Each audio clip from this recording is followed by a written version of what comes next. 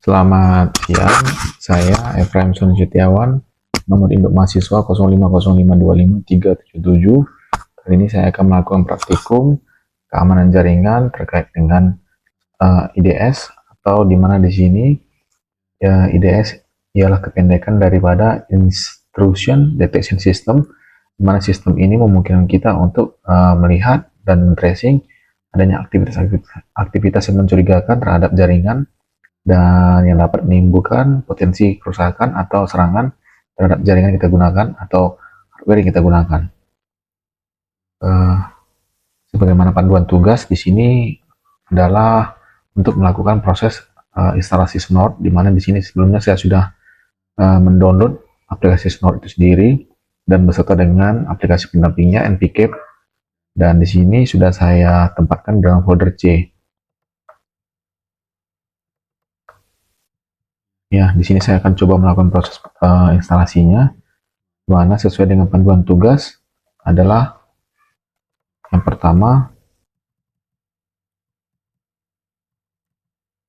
ya, melakukan proses instalasi WinPcap, dan sudah saya laksanakan juga, sudah saya lakukan. Selanjutnya dengan instalasi Snort sudah berhasil saya install dan sudah ditempatkan di folder drive C. Selanjutnya praktikumnya mode Snort, yaitu mode sniper yang pertama, untuk memasukkan sintaksis sebagai berikut: Snort min v. Saya akan coba mempraktekkannya.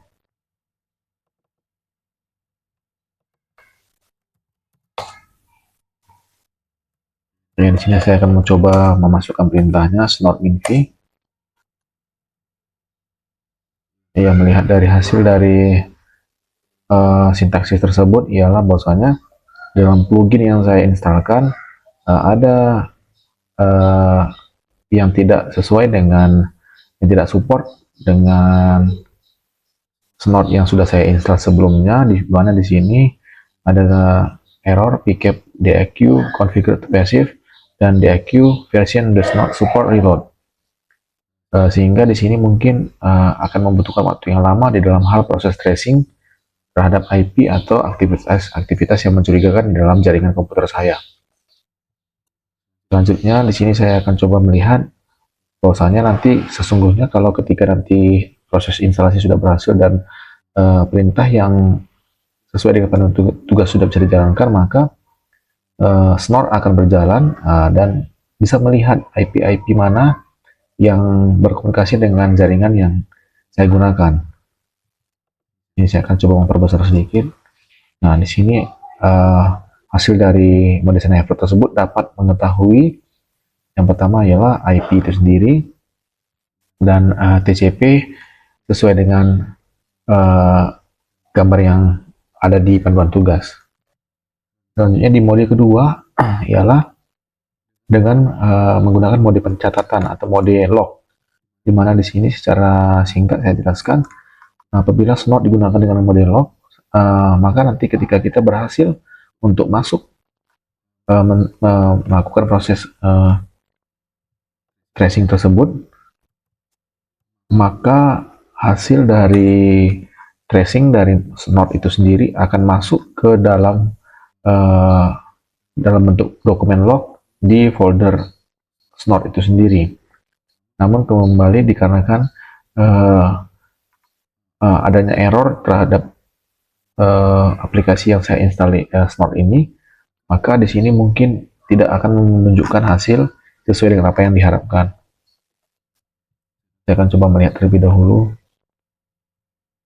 karena di sini memang juga statusnya masih sedang jalan. Mungkin saya rasa belum menghasilkan dokumen log di dalam folder log itu sendiri.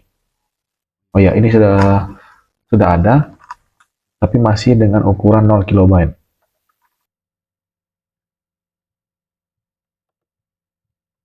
Oke, mungkin selanjutnya saya akan lanjutkan lagi untuk mode ketiga, yaitu mode perlindungan, di mana di sini secara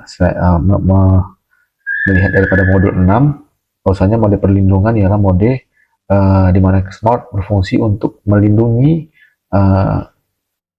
segala macam aktivitas mencurigakan, bahkan dengan sampai dengan tahap memblokir segala macam serangan-serangan atau aktivitas-aktivitas yang dapat mengganggu jaringan komputer kita. Sebagaimana di dalam panduan tugas,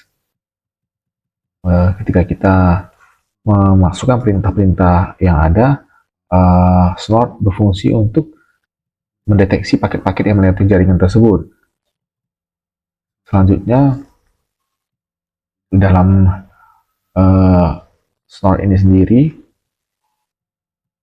ada file snort.conf yang harusnya ketika dalam proses penginstalan dapat dikopikan di dalam folder Snort di bagian folder etc. Namun di sini saya tidak mendapatkan file snort.conf yang sudah dimodifikasi tersebut, sehingga saya belum dapat mempraktekkannya.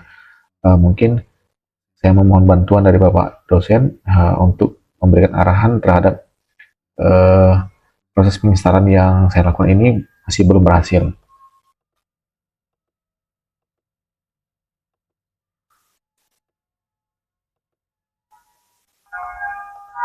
Ya, terakhir mungkin di sini saya sampai dengan tahap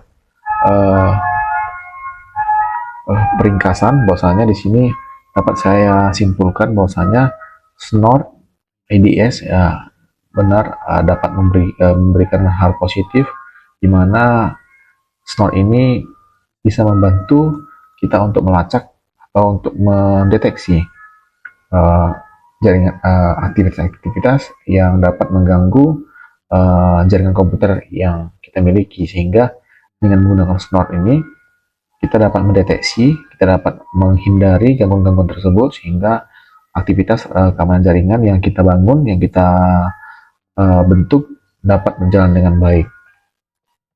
Mungkin sekian yang dapat saya sampaikan. Lebih dan kurang saya memohon maaf atas ketidaksempurnaan praktikum yang saya lakukan. Akhir kata saya mengucapkan terima kasih dan selamat siang.